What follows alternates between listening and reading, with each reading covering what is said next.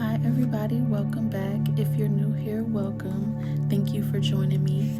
We are going to continue reading the book called Who Moved My Cheese by Spencer Johnson. This is the second episode to this reading series. I did post the first episode yesterday, so if you would like to go view that video to catch up on this one, you can. So basically, we left off on him and Ha, which are the little people, basically bragging about how much cheese that they had, that their confidence grew into arrogance. So let's continue where we left off. After a while, him and Ha's confidence grew into the arrogance of success. Soon they became so comfortable they didn't even notice what was happening.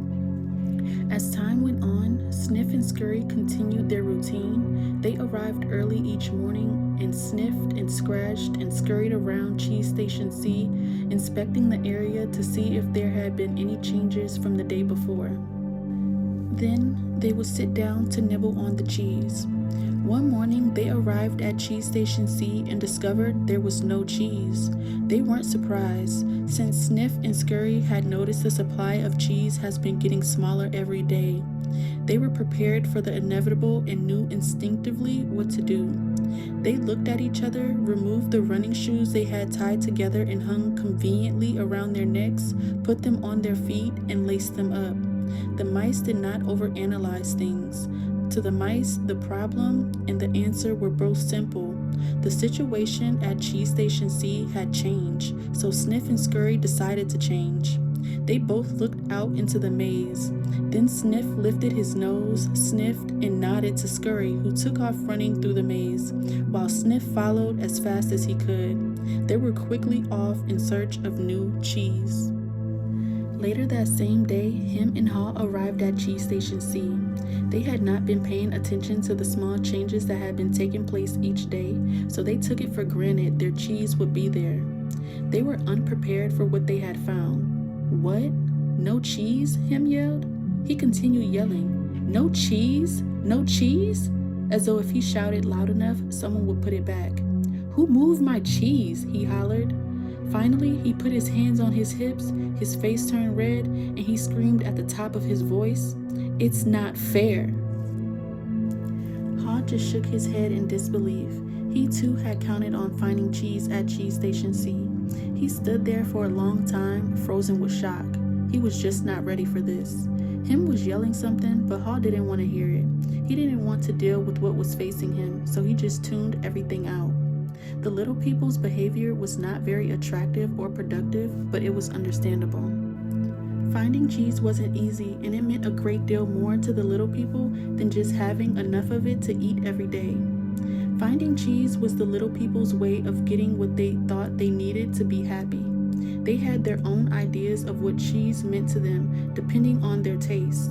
For some, finding cheese was having material things.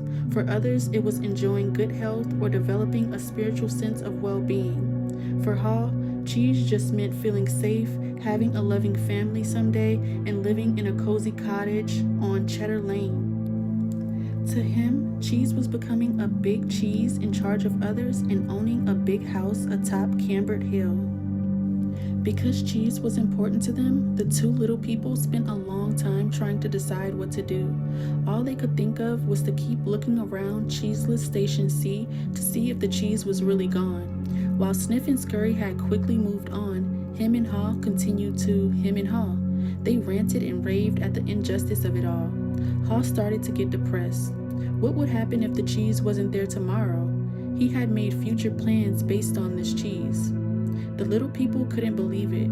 How could this have happened? No one had warned them. It wasn't right. It was not the way things were supposed to be. Him and Ha went home the night hungry and discouraged. But before they left, Ha wrote on the wall, "The more important your cheese is to you, the more you want to hold on to it." The next day, him and Ha left their homes and returned to Cheese Station C again, where they still expected somehow to find their cheese. The situation hadn't changed. The cheese was no longer there.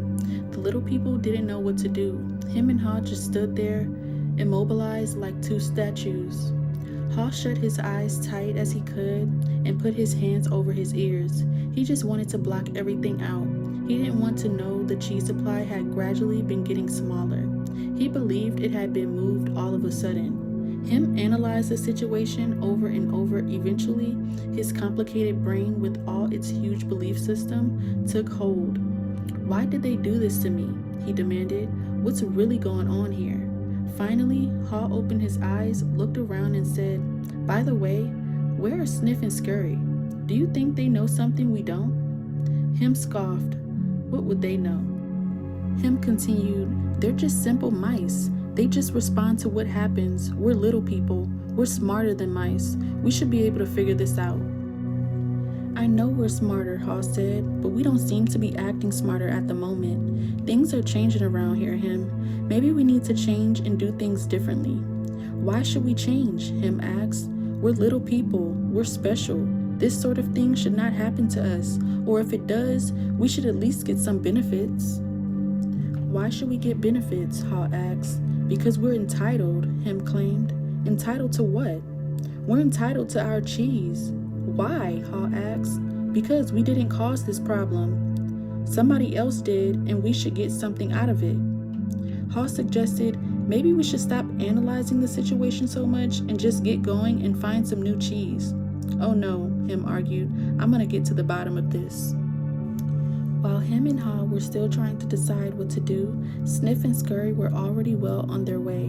They went farther into the maze, up and down corridors, looking for cheese in every cheese station they could find.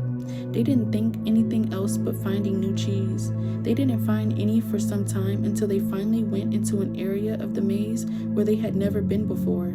Cheese Station Inn. They squealed with delight. They found what they had been looking for, a great supply of new cheese. They could hardly believe their eyes. It was the biggest store of cheese the mice had ever seen. In the meantime, Him and Hall were still back in Cheese Station C, evaluating their situation. They were now suffering from the effects of having no cheese. They were becoming frustrated and angry and were blaming each other for the situation they were in. Now and then, Hall thought about his mice friends, Sniff and Scurry, and wondered if they had found any cheese yet. He believed they might have been having a hard time, as running through the maze usually involves some uncertainty. But he also knew that it was likely to only last for a while. Sometimes, Hall would imagine Sniff and Scurry finding new cheese and enjoying it. He thought about how good it would be for him to be out on an adventure in the maze and to find fresh new cheese. He could almost taste it.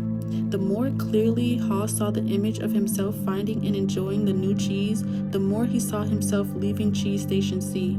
"Let's go," he exclaimed all of a sudden. "No," Him quickly responded.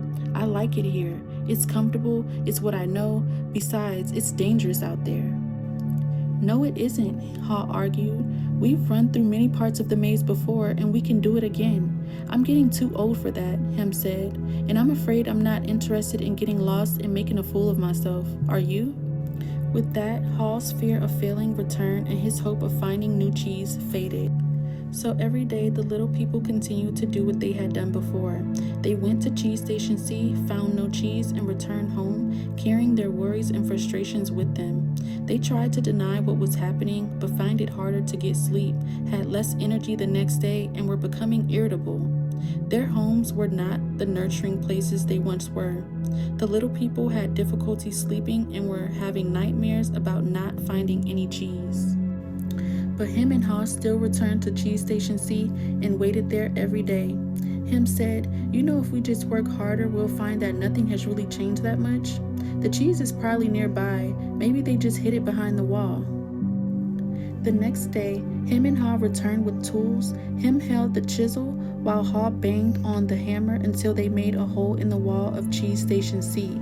They peered inside but found no cheese. They were disappointed but believed they could solve the problem. So they started earlier, stayed longer, and worked harder.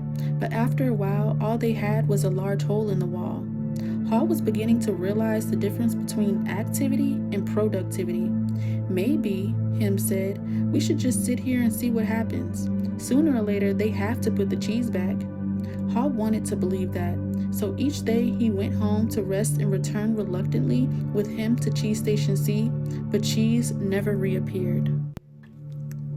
I want to thank you guys for joining me on this episode of Who Moved My Cheese, okay?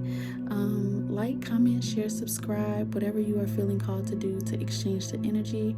I hope you guys have an amazing day, and I'll see you on the next episode. Bye.